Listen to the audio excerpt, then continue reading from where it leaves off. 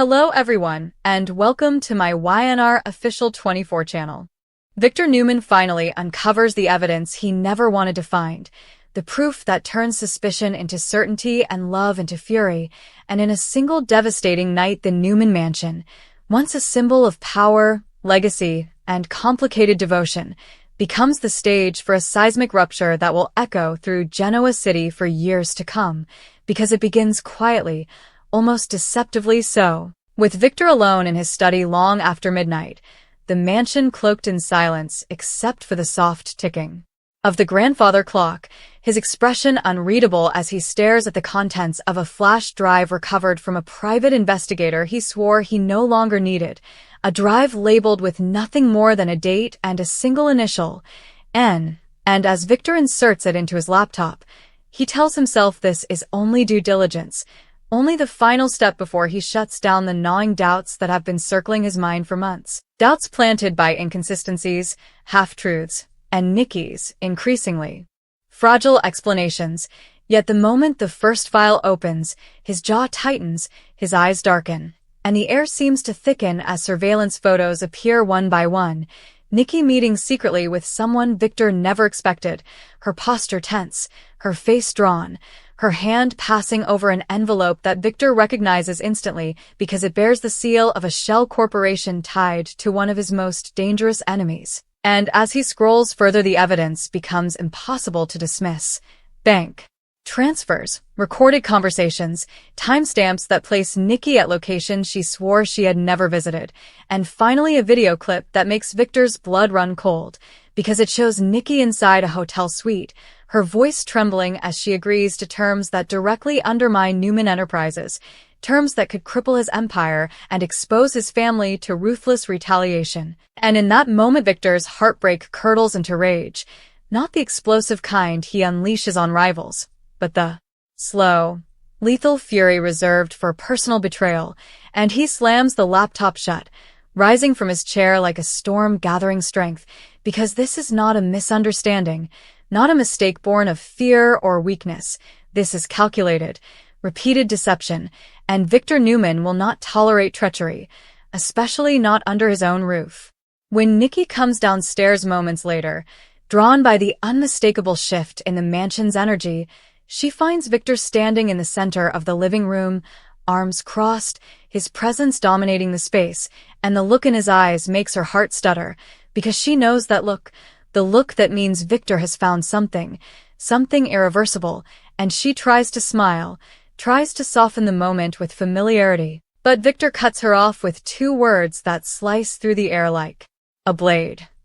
Sit down. And as Nikki lowers herself onto the sofa, her hands shaking despite her effort to remain composed, Victor tosses the flash drive onto the table between them, its small, unassuming shape carrying the weight of a nuclear bomb, and he tells her calmly, too calmly, that he knows everything, that the lies are over, that she will explain herself right now, and Nikki's first instinct is denial, a reflex honed over years of surviving chaos. But when Victor begins reciting details, dates, amounts, locations, details only someone with irrefutable proof could know, her defenses crumble, and tears well in her eyes as she whispers that she never meant for it to go this far, that she was trying to protect the family, that she was trapped. But Victor's voice rises, each word fueled by years of shared history, love, sacrifice, and war, as he demands to know how betraying him, betraying Newman Enterprises, betraying their children could ever be considered protection. And Nikki breaks down, confessing that she was approached months ago, that threats were made, that secrets from her past were weaponized against her, secrets that could destroy not only her but Victoria, Nick, and even Claire. And for a fleeting moment Victor's expression softens, the husband in him warring with the Titan. But that softness vanishes when Nikki admits she continued even after Victor offered her protection, even after he assured her that no enemy could touch her while she stood beside him. And that is the moment Victor knows this is not just fear, it is choice. The argument escalates. Voices echoing through the mansion that has witnessed countless battles, but rarely one so personal, as Victor accuses Nikki of believing she knew better than him, of thinking she could outmaneuver forces that even he approaches with caution, and Nikki fires back that Victor's obsession with control pushed her into a corner, that his enemies become everyone else's burden, that loving Victor Newman means living in constant danger, and the words sting because they hold truth. Yet truth does not erase betrayal, and Victor's final straw comes when he reveals the last piece of evidence, the one he saved for last, the one he hoped he would never have to show her, a recording in which Nikki agrees to frame an innocent Newman ally as the source of the leak, a move that would have destroyed that person's life and protected her secret indefinitely. And Nikki's face goes white as she realizes the depth of what she has done, what she has become, and Victor's voice drops to a lethal whisper as he tells her that she crossed a line she can never uncross, that she endangered his family, his company, and his legacy, and that for the first time in their tumultuous history, he cannot look at her and see his partner, only a liability. Then comes the moment that will be replayed in whispers throughout Genoa City, the moment that sends shockwaves through the Newman family and beyond, as Victor straightens, his decision made, and declares that Nikki is no longer welcome in the Newman mansion, that effective immediately she is to pack her belongings and leave, and Nikki stares at him in disbelief, convinced she misheard, because no matter how fierce their battles have been, Victor has never done this, never banished her from the home that represents their shared life. But Victor does not waver, repeating his command with finality, telling her to get out of here, and the words hit Nikki like a physical blow, her knees buckling as she realizes this is not a threat,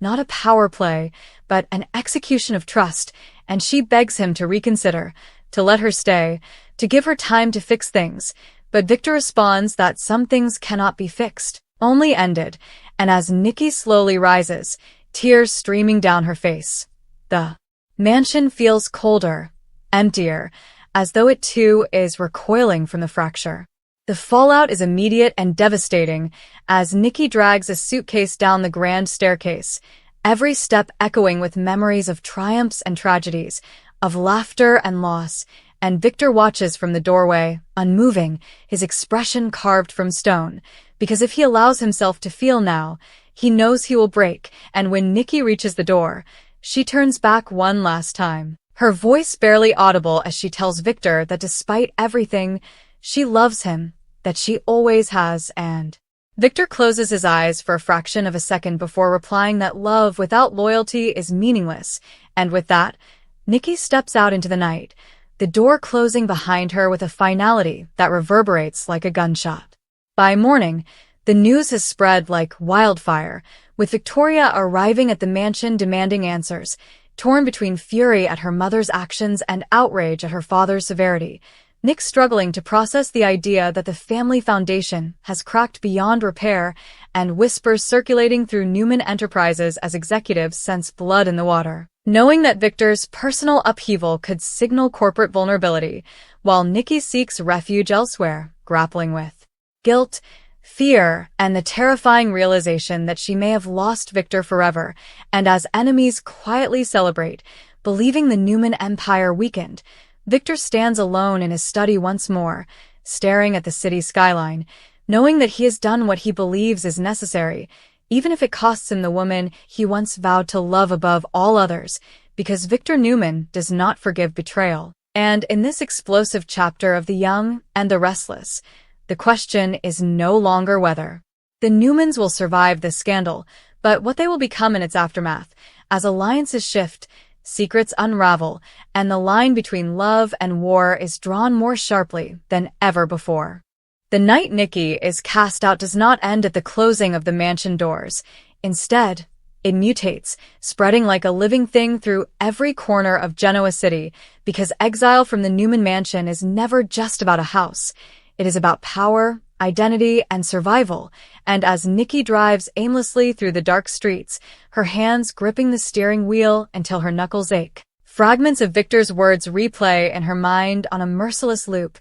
each syllable sharper than the last. And for the first time in decades, she is truly alone, stripped of the protection, the privilege, and the illusion that love could always pull her back from the brink. While back at the mansion, Victor remains awake, pacing the floor long after dawn threatens the horizon, replaying the evidence again and again, not because he doubts it, but because he is searching for some microscopic crack that might allow mercy to seep through, some justification that would let him reverse what he has done. Without losing himself, yet every time he looks, all he sees is betrayal stacked upon betrayal, and the realization hardens inside him that Nikki did not just lie to him. She made choices that could have destroyed everything he built, and Victor Newman does not survive by ignoring reality, no matter how painful it is. By mid-morning, the storm fully breaks when Victoria storms into her father's study, her heels striking the marble floor like gunfire, her face a volatile mix of fury and heartbreak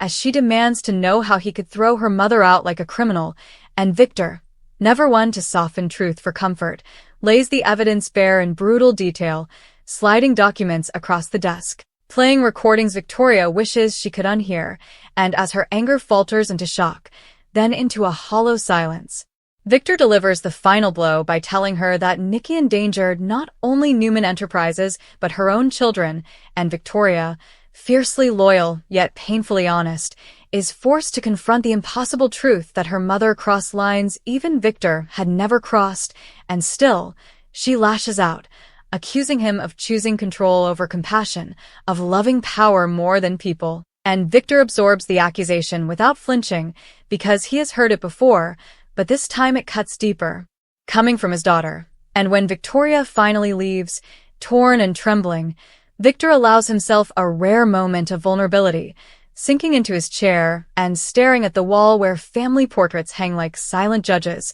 each frame now feeling like a relic from a life that no longer exists. Meanwhile, Nikki's descent continues as she seeks refuge at a modest hotel on the edge of town, the kind of place she once passed without a second glance, and as she sits on the bed staring at the bland wallpaper, the enormity of her fall crashes over her in suffocating waves, because she knows Victor better than anyone, knows that when he draws a line, it is carved in stone, and yet a stubborn ember of hope refuses to die, fueled by decades of reconciliation after devastation, and she convinces herself that this, too, might be survivable if she can just make him see the fear that drove her. The threats she believed were unavoidable, but even as she clings to that hope, another reality asserts itself. She is exposed now, cut loose from Victor's protection, and the enemies she tried to appease will not simply disappear because she has been punished, and as if summoned by her dread.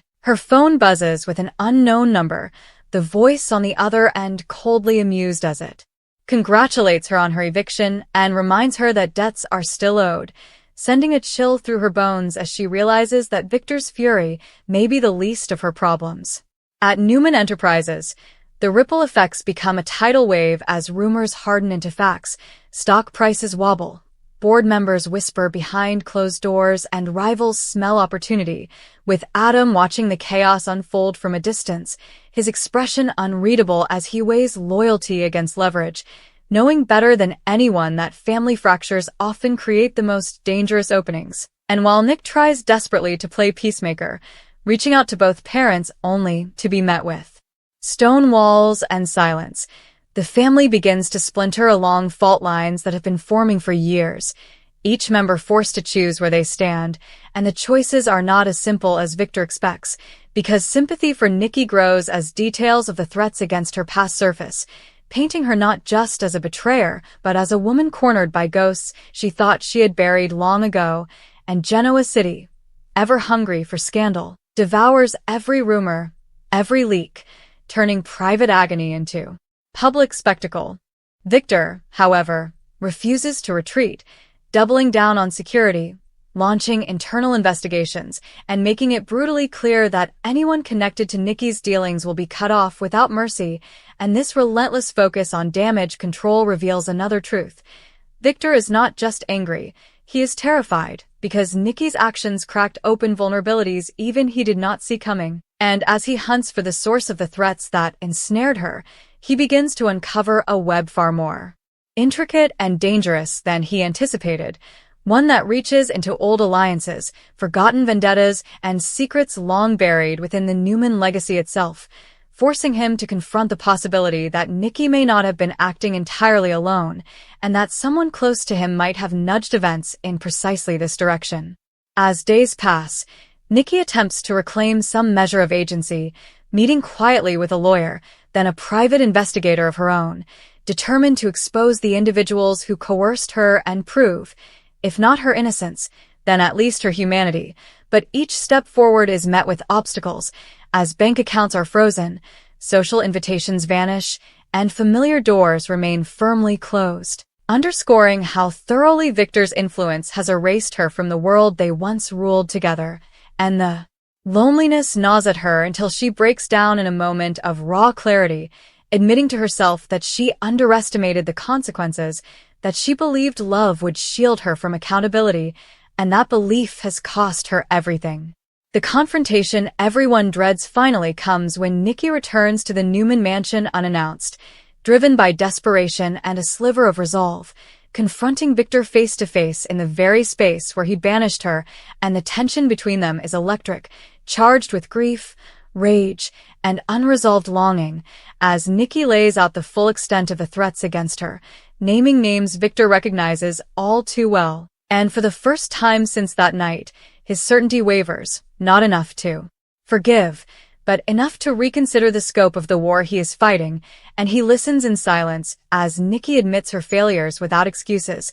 her voice breaking as she tells him she never stopped loving him, even when fear convinced her she had to act alone. And when she finishes, Victor responds not with reconciliation, but with a cold acknowledgement that while her information may be useful, trust once shattered cannot simply be reassembled, and he warns her that the danger she invited into their lives is far from over. In the aftermath of their meeting, the stakes escalate rapidly as Victor moves against the shadowy figures manipulating events from behind the scenes, triggering a counterattack that threatens not just his empire but his family's safety, forcing uneasy alliances and risky decisions. And Nikki, despite being cast out, finds herself pulled back into the orbit of the conflict, proving that exile does not mean irrelevance. And as she steps into the line of fire to protect her children from the fallout of her choices, the lines between villain and victim blur even further, leaving Victor to grapple with an unbearable contradiction,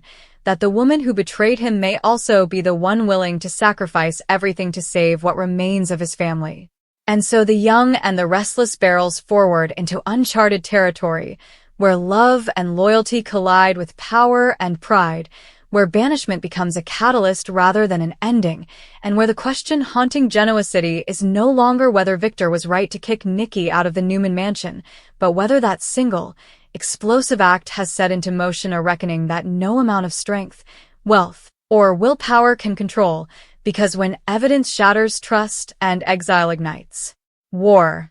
even the mighty Victor Newman may discover that some consequences cannot be undone, only endured. As the dust continues to swirl, the emotional aftershocks deepen in ways no one anticipates, because exile has not silenced Nikki, it has sharpened her, and in the shadows of Genoa City, she begins piecing together the final fragments of the conspiracy that trapped her, realizing with growing horror that the evidence Victor uncovered was never meant to destroy her alone, but to provoke exactly this outcome. Her removal from the mansion, the destabilization of Victor's emotional center, and the exposure of fractures within the Newman family that enemies can exploit with ruthless precision. Victor, too, feels the shift, sensing that the battle has moved beyond punishment into something far more dangerous, and while he refuses to retract his decision, he quietly orders additional protection for Nikki, a contradiction that speaks volumes about the war still raging inside him,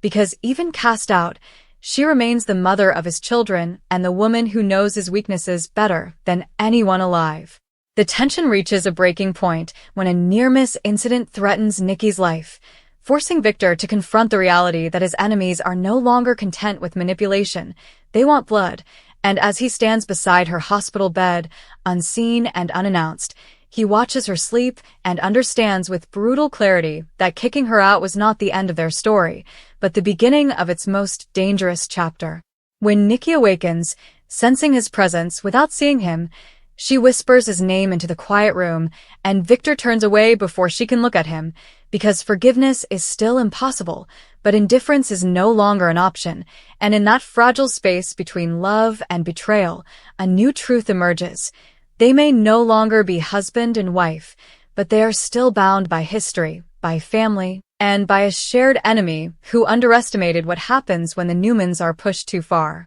And as Genoa City braces for the next explosion, one thing becomes chillingly clear.